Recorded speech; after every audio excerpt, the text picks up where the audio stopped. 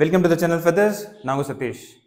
இந்த வீடியோ மூலிமா top 10 mistakes parents do before joining or taking any admission in coaching institute for their son or daughter. அதாவது பெற்றோர் ஆகிய நீங்கள் உங்களோட குழந்தைங்களை கோச்சிங் இன்ஸ்டியூட்டில் ஜாயின் பண்ணுறதுக்கு முன்னாடி 10 தவறுகள் என்னென்ன செய்யக்கூடிய வாய்ப்புகள் இருக்குது அப்படிங்கிறது இந்த வீடியோ மூலிமா இப்போ பார்க்கலாம். முதல் முக்கியமான தவறு, பேரண்ட்ஸோ இல்லை ஸ்டூடெண்ட்ஸோ நாம் ஜாயின் பண்ணக்கூடிய இன்ஸ்டியூட்டு ஒரு பெரிய லெவலில் பிராண்டட் செய்யப்பட்டிருக்கா அப்படின்னு பார்க்குறது.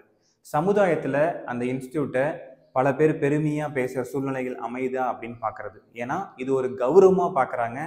அந்த குழந்தைங்களுக்கு நீட்டு கிளியர் பண்ணி நல்ல மெடிக்கல் காலேஜில் சீட்டு கிடைக்குமா அப்படிங்கிறத விட நம்ம படிக்கிற இன்ஸ்டியூட் ஒரு கௌரவத்துக்காக படிக்கிற இன்ஸ்டியூட்டா அப்படின்னு பார்க்கக்கூடிய விஷயமா இருக்குது. ஸோ பிராண்டட் இன்ஸ்டியூட்டை மட்டுமே நோக்கி போகிறது ஒரு பெரிய தவறு. எதனால் அப்படின்னு கேட்டிங்கன்னா, இந்த மாதிரி ஒரு பெரிய பிராண்டட் இன்ஸ்டியூட் அப்படிங்கிறது நிறைய இடத்துல இருக்குது. இப்போது நார்த் இந்தியா சைட்லேருந்து தமிழ்நாட்டுக்கு வந்தக்கூடிய இன்ஸ்டியூட்ஸ் இருக்குது. அதே மாதிரி நாமக்கல்லையும் இருக்குது. அதே மாதிரி சென்னையில் அந்த மாதிரி ஒரு பெரிய இன்ஸ்டியூட்ஸ்லாம் இருக்குது. இந்த இன்ஸ்டியூட்ஸ் எல்லாமே பார்த்திங்கன்னா அட்மிஷன் எடுக்கிறதுக்கு முன்னாடி கூட நிறைய ஸ்டூடெண்ட்ஸை என்ட்ரன்ஸ் எக்ஸாம் பல டைம் வச்சு ஃபில்டர் பண்ணி நல்ல குழந்தைங்களை மட்டும் உள்ளே எடுத்து வச்சுக்கிறாங்க. அது ஒரு பாயிண்ட்டு. ரெண்டாவது, அட்மிஷன்லாம் முடிஞ்சு எக்ஸாம்லாம் முடிஞ்சதுக்கப்புறம் ரிசல்ட் வந்தால் கூட நல்ல மார்க் வாங்கின குழந்தைங்களோட வீட்டுக்கு போய் அவங்களோட ரிசல்ட்டை விலை கொடுத்து வாங்குகிற சூழ்நிலையிலும் அமையுது. இப்போ இதை நம்பி நாம் என்ன பண்ணுறோம், நம்மளோட குழந்தைங்களுக்காக பல லட்சங்கள் 5 லட்சம் 6 லட்சம்லாம் நம்ம செலவு பண்ணி ஒரு இன்ஸ்டியூட்டில் அட்மிஷன் எடுக்கிறோம். நம்ம செலவு பண்ணக்கூடிய அமௌண்ட் நீட்டு சீட்டுக்காகவா, எம்பிபிஎஸ் சீட்டு வாங்கணும் அப்படிங்கிறதுக்காகவா, இல்லை நல்ல இன்ஸ்டியூட்டில் படிக்கிறான் அப்படின்னு சமுதாயத்தில் சொல்கிறதுக்காகவா அப்படின்னு நீங்கள் பேரண்ட்ஸ் சிந்திக்கணும். ஒரு கிளாஸில் 90-100 குழந்தைங்கள் உட்காந்து படிக்கிறாங்க. நம்ம ஏதோ ஒரு மூலையில் உட்காந்து படிச்சுட்டு போகிறதுக்காக நம்ம பல லட்சங்கள் செலவு பண்ணுறோம் அப்படிங்கிறத பேரண்ட்ஸ் உணரணும்.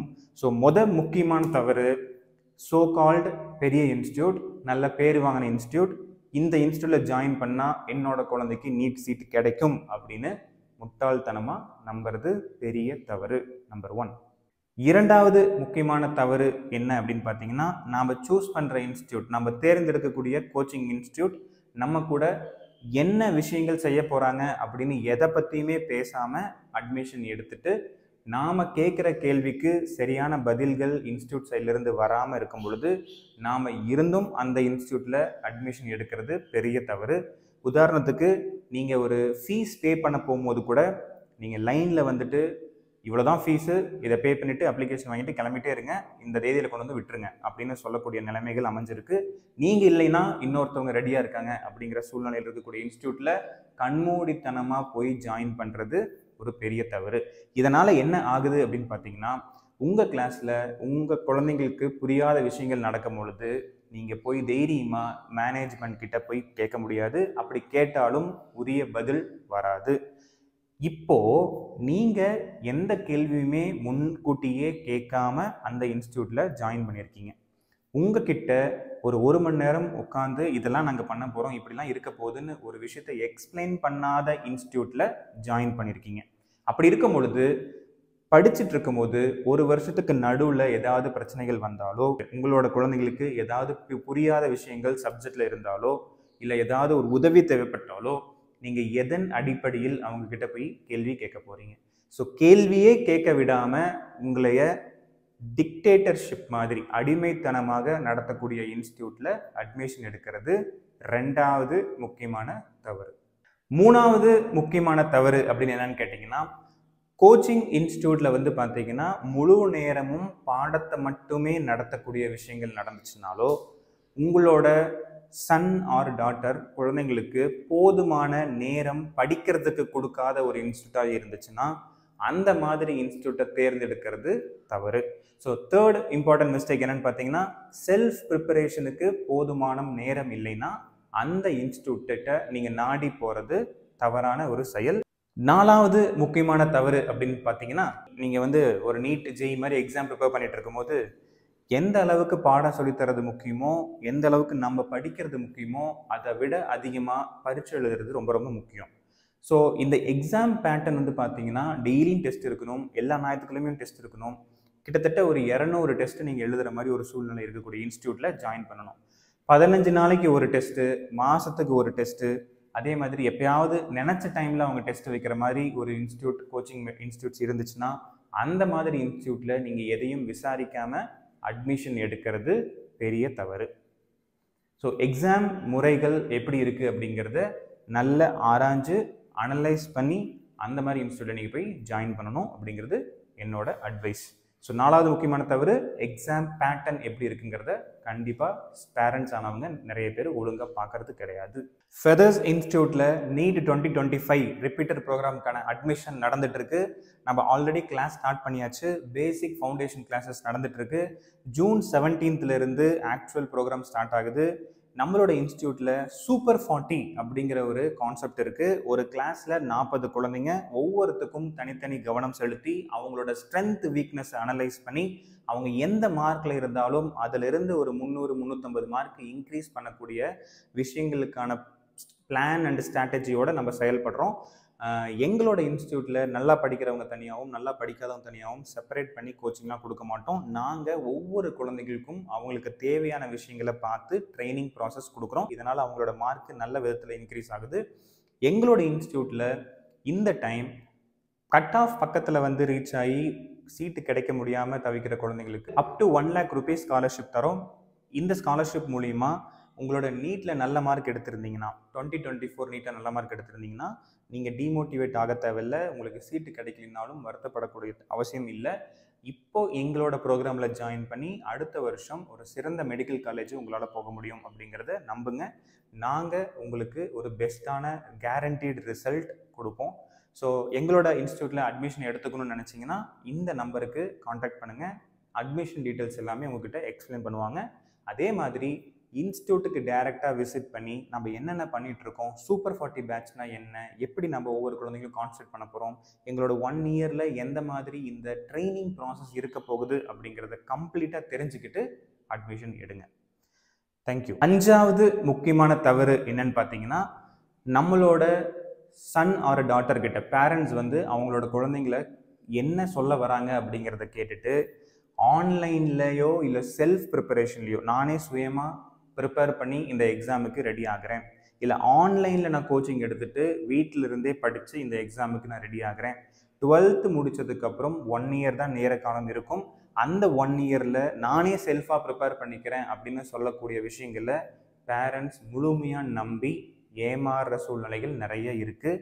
குழந்தைங்களுக்கும் நல்லா படிக்கலான்னு ஒரு ஆர்வம் இனிஷியலாக ஆரம்ப காலகட்டத்தில் இருக்குது. பட் அது போக போக போக போக ஏதோ ஒரு காரணத்தினால அவங்களோட கடமையை செய்ய தவறுறதுனால அந்த வருஷத்தோட எண்டில் ரிசல்ட் போதுமான அளவுக்கு வராதனால மெடிக்கல் சீட் அவங்களுக்கு கிடைக்காம போயிடுது. ஸோ என்னோட சைட்லேருந்து பார்த்தீங்கன்னா 5வது முக்கிய தவறாக இருக்கிறது செல்ஃப் ப்ரிப்பரேஷன், ஆன்லைன் கோச்சிங்கை நம்பி நம்ம ரிசல்ட் மெடிக்கல் சீட்டு வாங்காமல் விடுறது. பேரண்ட்ஸ் அதை நம்புறது பெரிய தவறாக இருக்கும். 6th முக்கியமான மிஸ்டேக் என்ன பேரண்ட்ஸ் சைடில் இருந்தும் ஸ்டூடெண்ட் சைடில் இருந்தும் அப்படின்னு கேட்டிங்கன்னா, இந்த மாதிரி ஒரு நீட் ஜேஇ ப்ரிப்பரேஷனில் உங்களுக்கு கம்ஃபர்ட்டில் இருக்கணும். ஒரு ஏசி கிளாஸ் ரூம், ஒரு ஏசி ஹாஸ்டல், அந்த மாதிரி ஒரு கம்ஃபர்ட் ஜோனில் இருக்கக்கூடிய இன்ஸ்டியூட்டாக இருந்துச்சுன்னா நல்லா இருக்கும் அப்படின்னு யோசிக்கிறது ஒரு பெரிய தவறான விஷயம். இது ஆட்டோமேட்டிக்காக என்ன ஆயிடுதுன்னா, குழந்தைங்களோட மனநிலையும் நீட்டு மாதிரி ஒரு எக்ஸாமுக்கு முக்கியத்துவம் கொடுக்காம நம்மளோட கம்ஃபர்ட்டுக்கு நம்ம எப்படி கொஞ்சம் சந்தோஷமாக இருக்கலாம், எப்படி நம்ம கொஞ்சம் கம்ஃபர்ட்டாக இருக்கலாம் அப்படிங்கிற மனநிலை அதிகமாகுது. ஆனால் முக்கியமாக அவங்க கான்சென்ட்ரேட் பண்ணக்கூடிய விஷயம் எதுவாக இருக்கணும் அப்படின்னு பார்த்தீங்கன்னா, நீட் எக்ஸாம், அதுக்கான படிப்பு சம்மந்தப்பட்ட விஷயம், எந்த மாதிரி படித்தா எப்படி நம்மளோட மார்க்கை இன்க்ரீஸ் பண்ணலாம் அப்படிங்கிற எண்ணங்கள் தான் உங்களுக்கு ஒரு வெற்றியை நல்ல ஒரு வெற்றி கொடுக்கும். எம்பிபிஎஸ் சீட் நல்ல காலேஜில் கிடைக்கும். ஸோ கம்ஃபர்ட் ஜோன்லேருந்து வெளியே வரணும். பேரண்ட்ஸ் நிறைய பேர் அதை ஃபஸ்ட்டாக யோசிக்கிறீங்க, படிப்பை செகண்டாக யோசிக்கிறீங்க. ஸோ என்னோட அட்வைஸ் என்னவாக இருக்குன்னா, படிப்பு தான் ஃபஸ்ட்டு, கம்ஃபர்ட் ஜோன் கம்ஃபர்ட் பற்றி யோசிக்கிறது 2வது விஷயமா இருக்கணும். இதுதான் 6வது முக்கியமான தவறு பேரண்ட்ஸ் செய்யக்கூடியது. நான் 7வது முக்கியமான தவறு அப்படின்னு என்னன்னு கேட்டிங்கன்னா, எங்கே கம்மியான ஃபீஸ் இருக்கோ அதை மட்டுமே நோக்கி இன்ஸ்டியூட்டை போய் நம்ம தேர்ந்தெடுக்கிறது.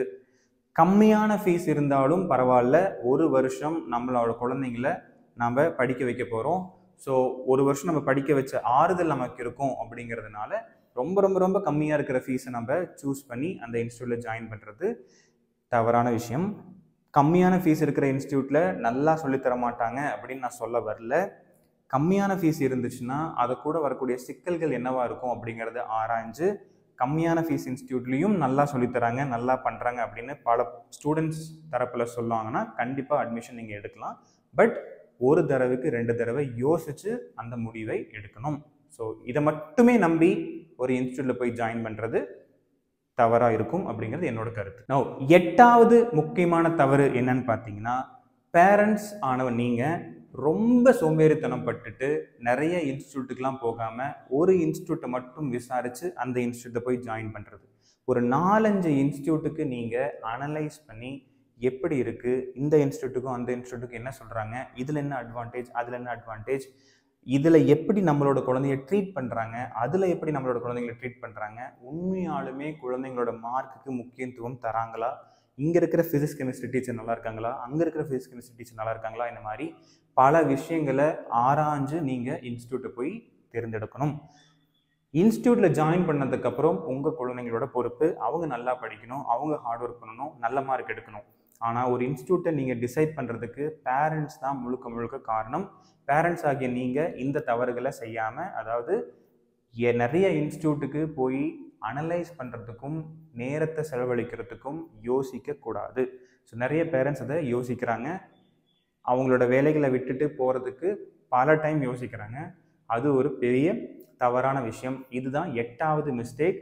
நீங்கள் தயவு செஞ்சு நல்ல இன்ஸ்டியூட்டை தேர்ந்தெடுக்கிறதுக்கு நிறைய இன்ஸ்டியூட்டுக்கு ஏறி இறங்குறதுக்கு ரெடியாக இருக்கணும். 9வது முக்கியமான தவறு என்னன்னு பார்த்தீங்கன்னா, இந்த மாதிரி காம்படிட்டிவ் எக்ஸாம் போட்டித் தேர்வில் தயாராகும் கூடிய குழந்தைங்களை மோட்டிவேட் பண்ணுறதை விட்டுட்டு டீமோட்டிவேட் பண்ணுறது ஒரு பெரிய தவறு. டீமோட்டிவேட் மட்டும் கிடையாது, அந்த குழந்தைங்க மேலே நம்பிக்கை வைக்காமல் இருக்கிறது. ஒரு இன்ஸ்டியூட்டில் ஜாயின் பண்ணியாச்சு, அவங்க படிக்க ஆரம்பிச்சிட்டாங்க, நீ பண்ணிடுவியா, உன்னால் பண்ண முடியுமா, பண்ணலினா விட்டுரு, இல்லைன்னா ஒன்றும் பண்ண வேணாம், வீட்டுக்கு வந்துரு, இந்த மாதிரி பல டைம் அவங்களோட குழந்தைங்க கிட்ட டீமோட்டிவேட் பண்ணுறது, அவங்கள செய்யக்கூடிய வேலைகளை செய்ய விடாமல் தடுக்கிறது, அந்த குழந்தைங்க மேலே நம்பிக்கை வைக்காமல் இருக்கிறது. ஸோ நம்பிக்கை இருக்கணும், அவங்கள மோட்டிவேட் பண்ணணும், நல்லா பண்ண முடியும், நல்லா பண்ண முடியும்னு அட்வைஸ் பண்ணணும். ஸோ இந்த விஷயங்கள் பேரண்ட்ஸ் ஆகிய நீங்கள் செய்கிறத தவறுறீங்க. இது ஒரு 9வது முக்கியமான தவறாக இருக்கும் அப்படின்னு நான் சொல்கிறேன். ஏன்னா என்னதான் ஒரு குழந்தைங்களுக்கு ஒரு மோட்டிவேஷன் இல்லாமல் இருந்துச்சுன்னா அவங்க எந்த விஷயம் சாதிக்க ட்ரை பண்ணாலும் சாதிக்க முடியாது. இந்த தவறுகளை செய்யறதை தவிர்க்கணும் அப்படிங்கிறது என்னோட அட்வைஸ். 10வது முக்கியமான தவறு பேரண்ட்ஸ் செய்யக்கூடியது என்னன்னு பார்த்தீங்கன்னா, ஓவர் பேம்பரிங், ஓவர் செல்லம் கொடுக்கறது, அளவுக்கு அதிகமாக குழந்தைங்க மேலே செல்லம் கொடுக்கறது. என்ன வேணும்னு சொல்லி நான் இதை வாங்கிட்டு வந்து தரேன், என்ன பண்ணணும்னு சொல்லி நான் இதை செய்கிறேன், இப்படி பண்ணு அப்படி பண்ணுன்னு அதிகமான பேம்பரிங் செய்யக்கூடிய விஷயங்கள் அமைஞ்சிருக்கு. ஒரு விஷயம் நல்லா புரிஞ்சுக்குங்க, நீங்கள் எந்த அளவுக்கு உங்கள் குழந்தைங்களை வந்து செல்லம் கொடுக்குறீங்களோ, பேம்பர் பண்ணுறீங்களோ, அந்த அளவுக்கு உங்களோட ரிசல்ட் குறையறதுக்கு வாய்ப்பு இருக்குது. தயவு செஞ்சு இந்த 1 வருஷம் அதை செய்யாதீங்க. இது ஒரு முக்கியமான தவறாக நான் பார்க்குறேன். இந்த 1 வருஷம் 1 ஆண்டு காலகட்டத்தில் உங்கள் குழந்தைங்க ஜேர்னி நீட் அண்ட் ஐஐடி மாதிரி ஒரு காம்படிட்டிவ் எக்ஸாம் ப்ரிப்பேர் பண்ணும்போது இந்த தவறுகளை செய்யக்கூடாது. ஸோ நான் சொன்ன இந்த 10 தவறுகளும் என்னோட ஒப்பீனியனில் நான் சொல்லக்கூடிய விஷயங்கள். இந்த 10 தவறுகளும் பேரண்ட்ஸ் வந்து நிறைய செய்யறதை நான் பார்த்துருக்கேன். அதனால் அவங்களோட குழந்தைங்களோட ரிசல்ட் பாதிக்கப்படுறதும் பார்த்துருக்கேன். தயவு செஞ்சு இதுக்கு எல்லாத்துக்குமே சிந்தனைகளை செலுத்துங்க. நான் லிஸ்ட் அவுட் பண்ண இந்த 10 மிஸ்டேக்ஸும் ஒரு டைமுக்கு 2 டைம் யோசிச்சு ஆராய்ஞ்சு பாருங்க. கண்டிப்பா உங்களுக்கு நான் சொல்லக்கூடிய விஷயங்கள் புரியும். இந்த வீடியோ மூலியமா ஒரு பேரண்ட், ஒரு பெற்றோர் எனக்காக இந்த வீடியோ மூலியமா பார்த்து ஒரு நல்ல டிசிஷனோ ஒரு நல்ல அட்வைஸ் கிடைச்சதா ஃபீல் பண்ணாங்கன்னா எனக்கு அது போதும், சந்தோஷமான விஷயமா இருக்கும். மற்ற வியூவர்ஸ்க்கும் இந்த வீடியோ பார்த்த எல்லா ஸ்டூடெண்ட்ஸுக்கும் பேரண்ட்ஸுக்கும் நன்றி. இதை விட இன்னொரு பெஸ்ட்டான வீடியோவில் நான் அடுத்த டைம் உங்களை மீட் பண்ணுறேன். ஸோ இந்த வீடியோ உங்களுக்கு பிடிச்சிருந்தா உங்களோட ஃப்ரெண்ட்ஸ் சர்க்கிளில் ஷேர் பண்ணுங்கள், லைக் பண்ணுங்கள். அண்ட் உங்களுக்கு சொல்லக்கூடிய விஷயங்கள் ஏதாவது இருந்துச்சுன்னா கமெண்ட் செக்ஷனில் கமெண்ட் பண்ணுங்கள். ஸோ அடுத்த வீடியோவில் நான் உங்களுக்கு மீட் பண்ணுறேன். Until then.